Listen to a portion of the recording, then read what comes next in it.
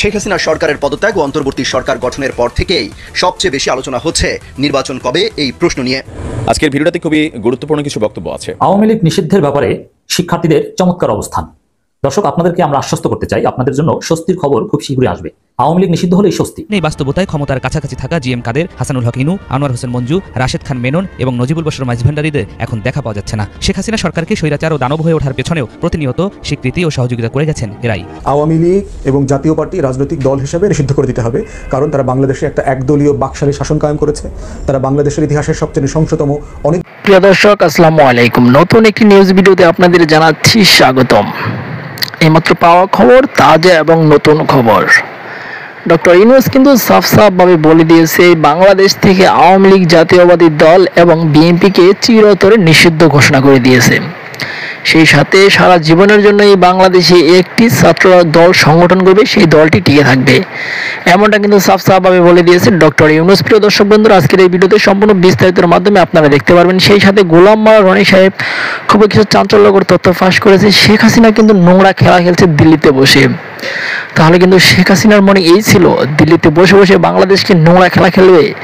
প্রিয় দর্শক বন্ধুরা, সম্পূর্ণ ভিডিওটি দেখবেন, আশা করি সবকিছু বুঝতে পারবেন। বেশি কথা বলবো না, আপনাদের বিস্তারিত ভিডিওতে নিয়ে যাবো। বিস্তারিত ভিডিওটি দেখার আগে একটা রিকোয়েস্ট, যারা এখন এই চ্যানেলটি সাবস্ক্রাইব করে রাখেননি, এই চ্যানেলটি সাবস্ক্রাইব করে দিয়ে পাশে থাকা বেল আইকনটি বাজিয়ে রাখুন। ইতিমধ্যে যারা সাবস্ক্রাইব করে দিয়েছেন সকলকে জানাচ্ছি অসংখ্য ধন্যবাদ।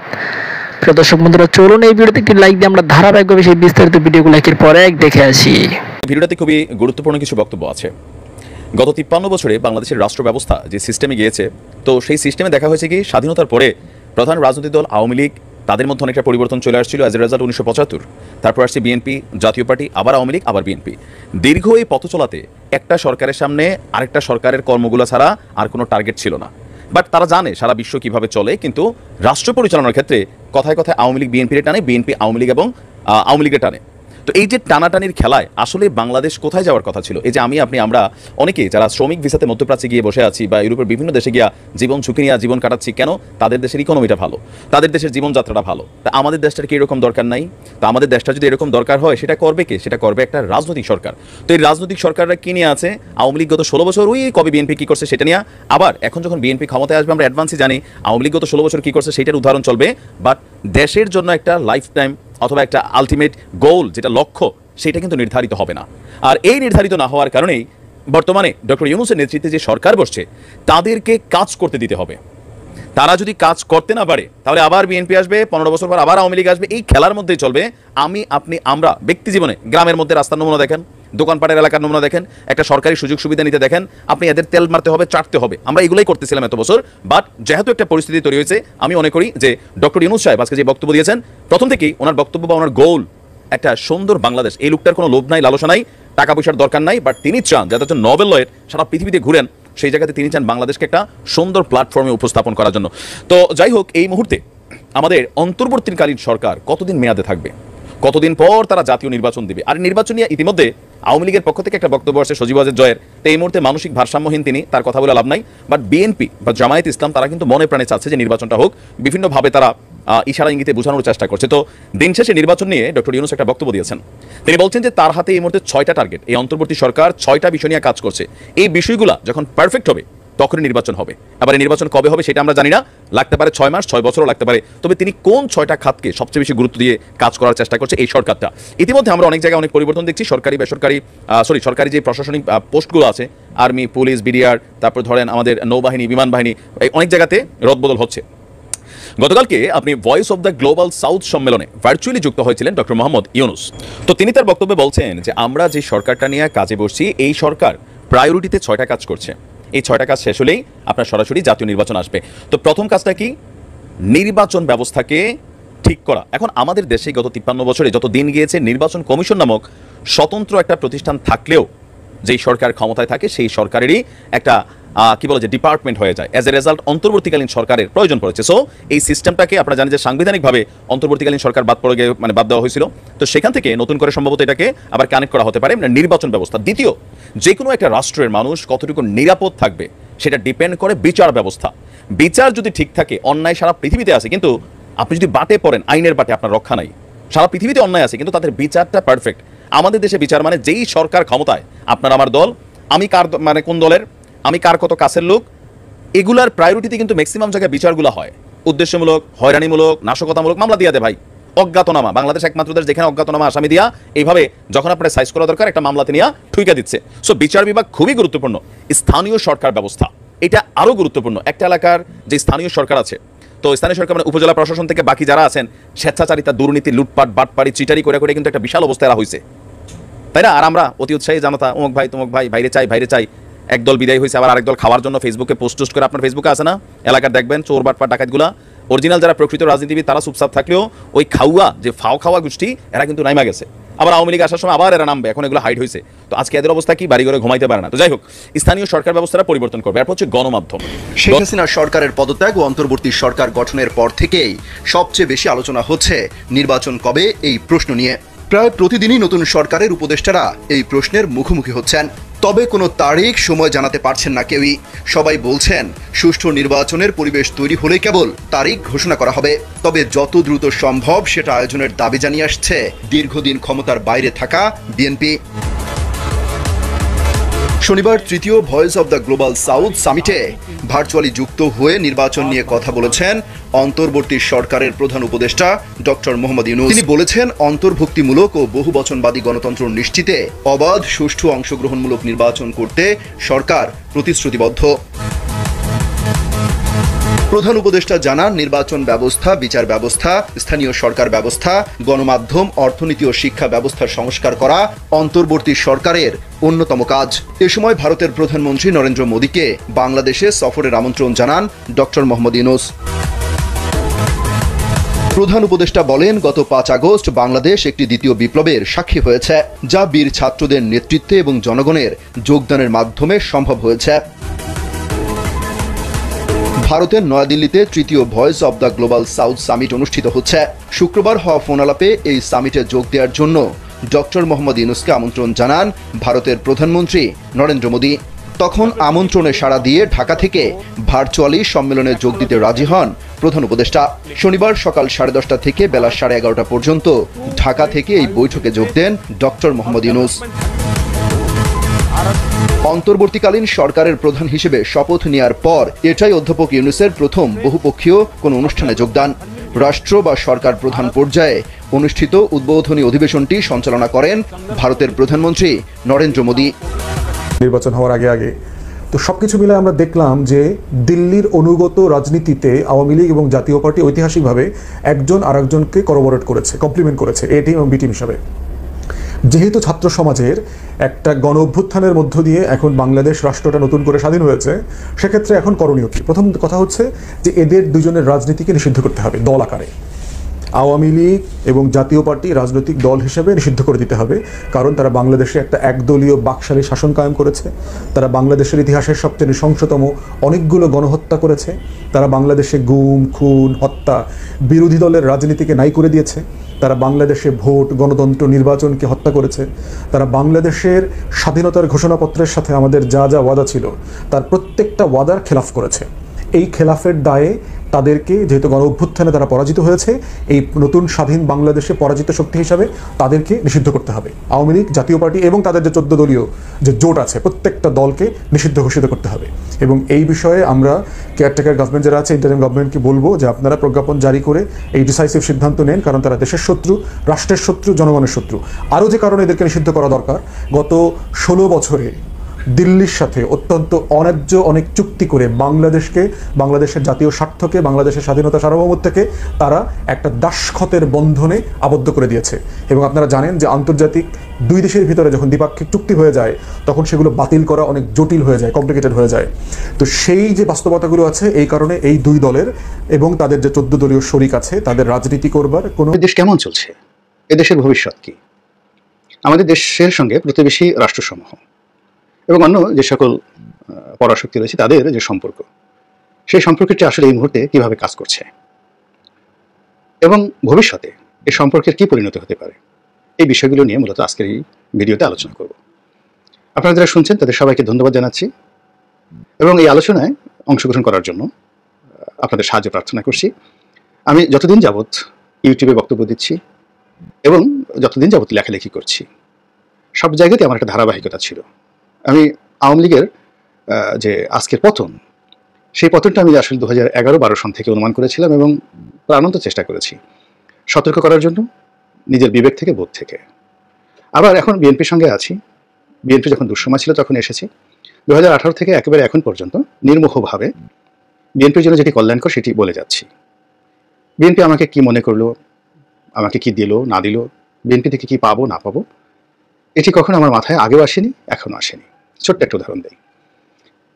2018 সনে যখন আমার বিএনপির পক্ষে নির্বাচন করলাম, তখন পর্যন্ত বেগম খালেদা জিয়ার সঙ্গে আমার দেখা হয়নি, এখনো দেখা হয়নি, কথাও হয়নি কোনোদিন। উনি একবার আমার সঙ্গে দেখা করার ইচ্ছা পোষণ করেছিলেন, তখন আমি আওয়ামী লীগ করি। উনি খুব ঘনিষ্ঠ একজন মানুষ আমাকে বললেন, আমি বললাম যে আমি এটা পারবো না, আমি এখন পর্যন্ত আওয়ামী লীগ করি। ফলে গোপনে চোরের মতো বেগম জিয়ার বাড়িতে গিয়ে তার সঙ্গে দেখা করাটা আমার জন্য সম্মানের নয়। আবার যখন 2018 সনের পরে আমি যখন বিএনপিতে যোগদান করলাম, তখন তো বেগম জিয়া জেলখানাতে, তো উনিও কখনো ডাকেননি, আমারও আর সেখানে যাওয়া হয়নি। ফলে এখন তো তিনি একেবারে অসুস্থ। আমার সঙ্গে প্রথম কথা হয় জনাব তারেক রহমান সাহেবের সঙ্গে স্কাইপেতে 2018 সনের নির্বাচনের পর। এর আগে নমিনেশন পাওয়া থেকে শুরু করে আসলে কারোর সঙ্গে আমার কোনো যোগাযোগ হয়নি। কি করে যেন অলৌকিকভাবে আমি বিএনপির মনোনয়ন পেয়েছিলাম এবং নির্বাচন করেছিলাম। তো নির্বাচন করার পরে জনাব তারেক রহমান সাহেব বেশ আশ্চর্য হয়ে আমাকে জিজ্ঞেস করলেন যে আপনি আওয়ামী লীগ ছেড়ে বিএনপিতে আসলেন কেন? আমি বললাম যে আমি আসলে নিজেও জানি না কেন এলাম, হয়তো প্রকৃতি এভাবে আমার জন্য ঠিক করে রেখেছিল। তবে আওয়ামী লীগে আমার অবস্থানটা সম্মানজনক ছিল না, আমি খুব অস্বস্তি বোধ করছিলাম। তো আপনি আমাকে সম্মান দিয়েছেন, দলের মনোনয়ন দিয়েছেন, এটাই আমার বড় প্রাপ্তি। আমি চাই আওয়ামী লীগের যে কর্মকাণ্ড থেকে দেশবাসী নিষ্কৃতি লাভ করুক, বিএনপি ক্ষমতায় আসুক, এটাই চাওয়া। কিন্তু আগামীতে মনোনয়ন চাওয়া, দলের কোনো পদ পদবি চাওয়া, এটা কখনো আপনি আমার কাছ থেকে শুনবেন না। আমি আপনার কাছে কখনোই কোনো কিছু চাইবো না। 2018 সনে জনাব তারেক রহমান সাহেবকে আমি কথাগুলো কিন্তু বলেছি। তো এই হলো আপনারা যারা আমাকে ভালোবাসেন তাদের জন্য আমার বার্তা, আর যারা সমালোচনা করেন তাদের জন্য আমার বার্তার কোনো প্রয়োজন নেই। কেননা আমি যা কিছু বলি না কেন তারা সবসময় নেতিবাচক কথা বলবেন, এটাই নিয়তি। তো এখন এই যে 5ই আগস্টের যে গণ অভ্যুত্থান, এর ফলে যে একটা পরিবেশ পরিস্থিতি তৈরি হয়েছে, এই পরিস্থিতিতে বিএনপির অনেক লোক লাফাচ্ছে, অনেক আনন্দিত, এবং বাংলাদেশের নানা স্থানে নানা ঘটনা ঘটছে। আমার যতটুকু ক্ষুদ্র বুদ্ধি রয়েছে, সেই ক্ষুদ্র বুদ্ধিতে আমি আসলে এখানে বিএনপির আনন্দিত হওয়ার মতো কিছুই দেখছি না। এটা একটা খেলা। ঠিক এরকম খেলা আমাদের বাংলাদেশে বহুবার হয়েছে। একেবারে নিকট অতীত যদি ধরেন, তাহলে এই খেলা 1/11-এর সময় হয়েছে, 1/11-র সময়, অর্থাৎ 1/11 যখন ঘটল তার আগে হয়েছে, তারপরে হয়েছে। এই খেলা এরশাদের পতনের পর হয়েছে। 1991 সনে বিএনপির ক্ষমতা আরোহণ, তখন খেলা হয়েছে পর্দার আড়ালে। এরপর যখন 29শে ডিসেম্বর 9th পার্লামেন্ট হলো, আমি যে পার্লামেন্টের সংসদ সদস্য হলাম, ওখানেও অনেক খেলাধুলা হয়েছে। তবে সবচেয়ে নির্মম এবং নিষ্ঠুর যে খেলা, সেই খেলাটি হয়েছিল 1975 সনের 16ই আগস্ট থেকে 1975 সনের 7ই নভেম্বর পর্যন্ত, রক্তক্ষয়ী খেলা। এবং এই সুদীর্ঘ সময় ধরে কেবলই মাত্র ভারত খেলেছে, আমেরিকা সেখানে দৃশ্যপটে ছিল না। ঠিক এই সময়টিতে আপনারা যারা মনে করছেন যে ডক্টর ইউনূসের সঙ্গে আমেরিকার একটা ভালো সম্পর্ক রয়েছে এবং আমেরিকা বলতে গেলে এখানে ডক্টর ইউনূসের পেছনে বিনিয়োগ করে তাকে আজকের এই অবস্থাতে নিয়ে এসেছে। ইউনূস সাহেবের সঙ্গে আমেরিকার যে সম্পর্ক, আমেরিকা আসলে সেই সম্পর্কের ভিত্তিতে বাংলাদেশে জন কেরিকে পাঠিয়েছে, হিলারি ক্লিন্টনকে দিয়ে শেখ হাসিনাকে টেলিফোন করেছে, মিস্টার পিটার ডি হাসের মাধ্যমে ডক্টর ইউনূসের সাথে একটা সমঝোতার চেষ্টা করে ব্যর্থ হয়েছে, এতটুকু পর্যন্তই। কিন্তু এর বাইরে তারা কোনো কিছুই ভারতকে অতিক্রম করে করতে পারেনি বা চেষ্টা করেনি। 2 নম্বর হলো যে আমরা যারা বিএনপি করি তারা আমেরিকার প্রতি কতটুকু আস্থা রাখতে পারি। বাস্তবতা হলো আমেরিকার সঙ্গে বিএনপির ওইরকম কোনো আস্থার সম্পর্ক তৈরি হয়নি। দ্বিতীয়ত, বিএনপির পরীক্ষিত বন্ধু সৌদি আরব এবং চীন, এই দুটো রাষ্ট্রের সঙ্গে এখনও বিএনপির কোনো সমঝোতা মানে স্মারক স্বাক্ষর হয়েছে বা এই দুটো রাষ্ট্রের পক্ষ থেকে কোনো গ্রিন সিগন্যাল এখনও পর্যন্ত পেয়েছে আমার জানা নেই। এবং এখনও পর্যন্ত আমি যে সকল বিএনপির কর্মকর্তা আছেন যারা এই কূটনৈতিক দায়িত্বে নিয়োজিত, তাদের কর্মকাণ্ড সম্পর্কে যতটুকু জানি, কোনো ইতিবাচক কোনো কিছু দেখছি না। অধিকন্তু এই চলমান সময়টিতে তৃণমূলে, বিশেষ করে ইউনিয়ন পর্যায়ে, উপজেলা পর্যায়ে, জেলা পর্যায়ে বিএনপির নেতাকর্মীদের যে উচ্ছ্বাস, বা সচিবালয়ে বিএনপির যে উচ্ছ্বাস, তারপর থানাগুলোতে, পুলিশ হেডকোয়ার্টারে বিএনপিপন্থী কর্মকর্তাদের যে উল্লাস, এর মধ্যে আমি বিএনপির জন্য অনেক অশনি সংকেত দেখতে পাচ্ছি। আমার কাছে যেটা মনে হচ্ছে, এখনো পর্যন্ত ভারত খেলছে এবং ডক্টর মোহাম্মদ ইউনূস যেভাবে প্রকৃতির দয়ায় একেবারে উড়ে এসে জুড়ে বসে, বা আল্লাহর দয়ায় ফ্রান্স থেকে উড়ে বসে সিংহাসনে বসেছেন, এটার জন্য তিনি ঠিক 5 তারিখ পর্যন্ত কখনো কল্পনাও করেননি। 5 তারিখ দুপুর পর্যন্ত তার মাথায় এই চিন্তাই আসেনি, বরং তার মনে ভয় কাজ করেছিল যে সারা বাংলাদেশে যে ধরনের সহিংসতা চলছে, ছাত্র আন্দোলন যেখানে তুঙ্গে, যেভাবে ক্যাজুয়ালিটি হচ্ছে, এখানে ছাত্ররা তো ফেল করে বসেছে, সরকার কারফিউ দিয়েছে এবং পরিস্থিতি সরকারের নিয়ন্ত্রণে। তো এই অবস্থায় অলিম্পিকের অনুষ্ঠান শেষে তিনি বাংলাদেশে আসার পর তার নসিবে কি ঘটবে, আমি এখানে নিশ্চিতভাবে বলতে পারি ডক্টর ইউনূসের মনে এই ভয় ছিল। যখন এখানে গণঅভ্যুত্থান হয়ে গেল এবং ছাত্রদের পক্ষ থেকে তাকে ক্ষমতা দেওয়ার ব্যাপারে বলা হলো, তিনি 72 ঘন্টা অপেক্ষা করেছেন। 72 ঘন্টা পরে তিনি বাংলাদেশে এসেছেন। এই সময়টা তিনি পরিস্থিতি পর্যবেক্ষণ করেছেন এবং তিনি যা শুনছেন এবং তাকে যা বলা হচ্ছে আসলে এটা সত্য কিনা এটি হৃদয়ঙ্গম করার জন্য তিনি সময় নিয়েছেন। এটা হলো বাস্তবতা। এরপর তিনি যখন বাংলাদেশে এসে বসেছেন, অনেকগুলো ঘটনা, এয়ারপোর্ট থেকে তাকে পিক আপ করা, তাকে গণভবনে নেওয়া, উপদেষ্টা পরিষদ সিলেক্ট করা, সব মিলিয়ে তিনি আসলে খুব কম সময় পেয়েছেন। ফলে আপনি দেখুন যেখানে যারা যারা এসেছে তার গ্রামীণ ব্যাংকের ঘনিষ্ঠজন তারা যারা রয়েছেন এবং খুব অল্প লোকজন আসছেন, এবং ছাত্রদের মধ্য থেকে যারা উপদেষ্টা হয়েছেন, অন্যান্য যারা হয়েছেন, এখানে অনেকগুলো পক্ষ কারা যে কলকাঠি নেড়েছে বা এখনো পর্যন্ত নাড়ছে। কেউ কেউ ডেলি স্টারকে দায়ী করছেন, কেউ কেউ প্রথম আলোকে দায়ী করছেন, কেউ 111-এর গন্ধ পাচ্ছেন, কেউ ভারতের কথা বলছেন, অনেকে আবার আমেরিকার কথা বলছেন। আমার বিশ্লেষণ হলো সেই 1975 সনের 15 আগস্টের পর যেভাবে ভারত খেলেছে, এখনো পর্যন্ত ভারত শুধু খেলে যাচ্ছে এবং তাদের এই খেলার পেছনে অনেকগুলো লক্ষ্য রয়েছে, উদ্দেশ্য রয়েছে, এবং সেই উদ্দেশ্যগুলো বোঝার মতো ক্ষমতা হয়তো তৌহিদ সাহেবের আছে, যিনি পররাষ্ট্র উপদেষ্টা আছেন, তার আছে। আলী ইমাম মজুমদার সাহেব তারও আছে, এই দুজন লোকের আছে। বাকি ফজল কবির সাহেব যিনি নতুন হলেন তারও আছে, বিকজ এই আমলারা দীর্ঘদিন ভারতের সাথে একেবারে যে সম্পর্ক, বাংলাদেশের সম্পর্ক, এটার কূটনৈতিক প্রসপেক্ট অ্যাসপেক্ট এবং অন্যান্য যে জিনিসগুলো রয়েছে এই জিনিসগুলো তারা বুঝেন। কিন্তু সিদ্ধান্ত নেওয়ার ক্ষেত্রে, বাস্তবায়ন করার ক্ষেত্রে যে চেইন অফ কমান্ড দরকার, যে রাজনৈতিক প্রতিশ্রুতি দরকার, যে রাজনৈতিক সংগঠন দরকার, এটি ডক্টর ইউনূসেরও নাই বা এই সরকারের কোনো ব্যক্তির নেই। ফলে চোখের সামনে অনেক কিছু তাদের ঘটবে এবং তারা বলবেন যে তুমি চলে গেলে চেয়ে চেয়ে দেখলাম, আমার বলার কিছু ছিল না। এই গানের মতো এই তাদের জীবনে অনেক কিছু ঘটতে থাকবে একটার পর একটা। আপনি চিন্তা করেন যে সুপ্রিম কোর্টে যে ঘটনাগুলো ঘটলো, অর্থাৎ প্রধান বিচারপতির অপসারণ, অ্যাপিলেট ডিভিশনের বিচারপতিদের অপসারণ, নতুন বিচারপতি নিয়োগ, অ্যাটর্নি জেনারেল নিয়োগ, এগুলো সবই কি আপনার মনে হয় ডক্টর ইউনূস সাহেবের কথা মতো হয়েছে, ইচ্ছায় হয়েছে, বা জনাব আসিফ নজরুল সাহেবের ইচ্ছায় হয়েছে? কিভাবে হলো এই জিনিসগুলো? কিংবা এই যে দেখুন অনেকগুলো জেলাতে এখন মামলা হচ্ছে, একটার পর একটা মামলা হচ্ছে, বা এই যে গ্রেপ্তারগুলো হয়েছে, ক্যান্টনমেন্টে যারা আছেন তাদেরকে বিভিন্ন জায়গাতে নিয়ে প্রায় প্রতিদিন একটা করে নাটক তৈরি করা হচ্ছে। এই নাটকের পরিকল্পনাকারী কি ডক্টর ইউনূস? প্রশ্নই আসে না। কে চালাচ্ছে? কেন চালাচ্ছে? কেন মানুষকে আহ্লাদিত করছে, উত্তেজিত করছে? একদিকে সালমান এফ রহমান সাহেবকে ধরা হচ্ছে, আনিসুল হককে ধরা হচ্ছে, আবার অন্যদিকে লুঙ্গি ড্যান্স এই গান 14 আগস্ট রাত্র থেকে বাজানো হচ্ছে। একদিকে সাম্প্রদায়িক উত্তেজনা তৈরি করা হচ্ছে, ভারতীয় মিডিয়াগুলোতে প্রচার করা হচ্ছে, অন্যদিকে দেশীয় অস্ত্র নিয়ে হাজার হাজার মানুষ টুঙ্গিপাড়া, কোটালীপাড়া সহ সমগ্র যে গোপালগঞ্জ জেলা, সেই জেলাতে উত্তাল একটি পরিবেশ তারা তৈরি করে রেখেছে। সারা বাংলাদেশ চলছে একভাবে, গোপালগঞ্জ চলছে আরেকভাবে, এবং সেখানে সেনাবাহিনীর গাড়ি যেভাবে পোড়ানো হয়েছে, কোপানো হয়েছে, এবং তার বিরুদ্ধে সেনাবাহিনী কোনো একেবারে ন্যূনতম অধৈর্য দেখায়নি। কেন? এরপর সারা বাংলাদেশে সেনাবাহিনী এবং বিজিবি এখন ডিপ্লয় করা আছে, এই মুহূর্তে ডিপ্লয় করা আছে। কিন্তু আপনারা গিয়ে দেখুন তো যে সেনাবাহিনীকে কোথাও মুভ করাতে পারেন কিনা উপজেলাতে? আপনার বাড়িতে একটা দুর্ঘটনা ঘটেছে, আপনি গিয়ে একটা অভিযোগ গিয়ে দেখেন কি হচ্ছে।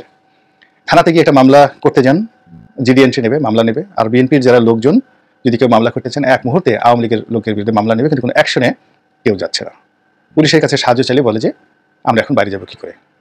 সচিবালয়, তারপরে ডিস্ট্রিক্টের যে ডিসি অফিস, উপজেলার যে টিউনো অফিস, একটু গিয়ে দেখেন তো কী ধরনের কাজকর্ম হচ্ছে, কোর্ট কাছারিতে কী ধরনের কাজকর্ম হচ্ছে। অথচ 5 তারিখের পর থেকে অনেক দিন কিন্তু চলে গেছে। ব্যাংকপাড়ায় কি হচ্ছে, চাঁদাবাজি কিভাবে হচ্ছে, বিএনপির নামে কিভাবে দুর্নাম রটানো হচ্ছে, এবং বিএনপির নামধারী লোক তো আছেই, তার সঙ্গে সঙ্গে বিএনপির তৃণমূল পর্যায়ের, বিএনপি তো সবাই ভালো না, খারাপ লোকগুলো যে কাজগুলো করছে বিভিন্ন জেলা শহরে, গিয়ে দেখুন সেনাবাহিনীতে যারা ডিপ্লয় আছে তারা জরিপ করে টু দি পয়েন্টে কোন নেতা কোন কর্মী কি পরিমাণ অপকর্ম করেছে তার একটা ডিটেইলস সেনাবাহিনী কিন্তু তৈরি করে রাখছে এবং তৈরি করে চলছে, কিন্তু তারা কোনো অ্যাকশন দেখাচ্ছে না। এবং যখন এই যে পরিবেশ পরিস্থিতি, এরকম এদের বিরুদ্ধে একটা যাকে বলা হয় গণবিস্ফোরণ ঘটবে, মানুষের ধৈর্যের সীমা অতিক্রম করবে এবং সবাই যখন বলবে যে আগের জমানায় ভালো ছিল, আগে 15 বছর যা করা হলো তার চেয়ে বেশি তো 15 দিনে করছে, এবং এটাই মানুষের স্বাভাবিক চরিত্র। এবং তখন যদি ঠিক একেবারে ঝড় গতিতে একটি অপারেশন ক্লিন হার্টের মতো ঘটনা ঘটানো হয় সেনাবাহিনীর পক্ষ থেকে, বলেন তো কারা ক্ষতিগ্রস্ত হবে? বিএনপি ক্ষতিগ্রস্ত হবে, এবং বিএনপি সব লোক আবার গর্তে চলে যাবে। পুরো মার্কেট, পুরো বাজার, পুরো সমাজ, পুরো সংসার শুনশান নীরবতা, এবং সেই নীরবতার মধ্যে প্রমাণিত হবে যে ডক্টর ইউনূসের কোনো কিছু করার ক্ষমতা নেই। কাজেই পরিবর্তন চাই। খেলবে কারা? ভারত খেলবে, এবং সেই খেলার জন্য তারা নতুন খেলোয়াড় আনবে, নতুন রেফারি আনবে, নতুন মঞ্চ তৈরি হবে, এবং আমরা বসে বসে দেখব আর লেমন জুস খাবো আর ভাববো এটা হলো কি করে, আর এটা কিভাবে হলো তা বোঝার জন্য আপনারা একটু অতীত থেকে সেই বললাম যে 1975 সনের 16ই আগস্টের গণভবন দেখেন, বঙ্গভবন দেখেন, ঢাকা কেন্দ্রীয় কারাগার দেখেন, ঢাকা ক্যান্টনমেন্ট দেখেন, তারপর যে ঘটনাগুলো ঘটেছে রাজনৈতিক দলগুলোকে দেখেন, জাসদকে দেখেন, ওই সময়ের জাসদকে দেখেন, তাহলে আপনি বুঝতে পারবেন যে প্রকৃতি আবার ঘুরে ফিরে একই ঘটনা, একই পরিবেশ, একই পরিস্থিতি আমাদের জন্য এনে দিয়েছে।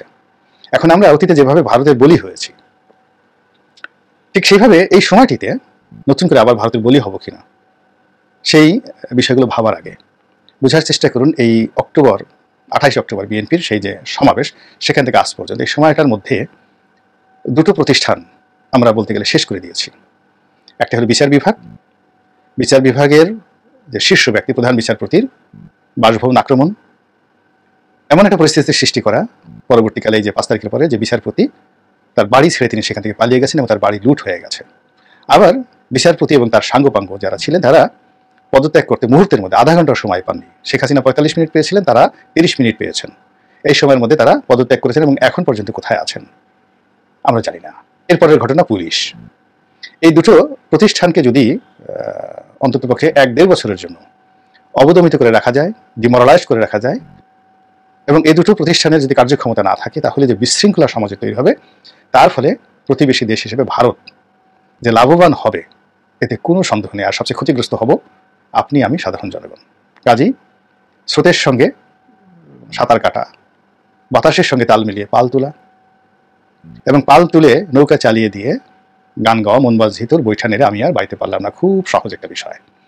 কিন্তু যদি আপনি চিন্তার মধ্যে থেকে চিন্তা বের করতে পারেন, কর্মের পেছনের কর্ম খুঁজে বের করতে পারেন, দৃশ্যের পিছনে ছবির আড়ালে আরেকটা ছবি রয়েছে, সেটির দিকে যদি নজর দিতে পারেন, তাহলেই তুলনামূলকভাবে ভালো থাকবেন। প্রিয় দেশবাসী, শুরু থেকে শেষ পর্যন্ত যারা এই ভিডিওটি দেখেছেন সকলকে জানাই অসংখ্য অসংখ্য ধন্যবাদ।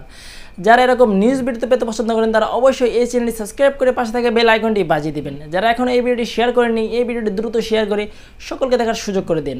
আজকের মতন এই পর্যন্ত, দেখা হচ্ছে পরবর্তী কোনো ভিডিও নিয়ে ইনশাল্লাহ।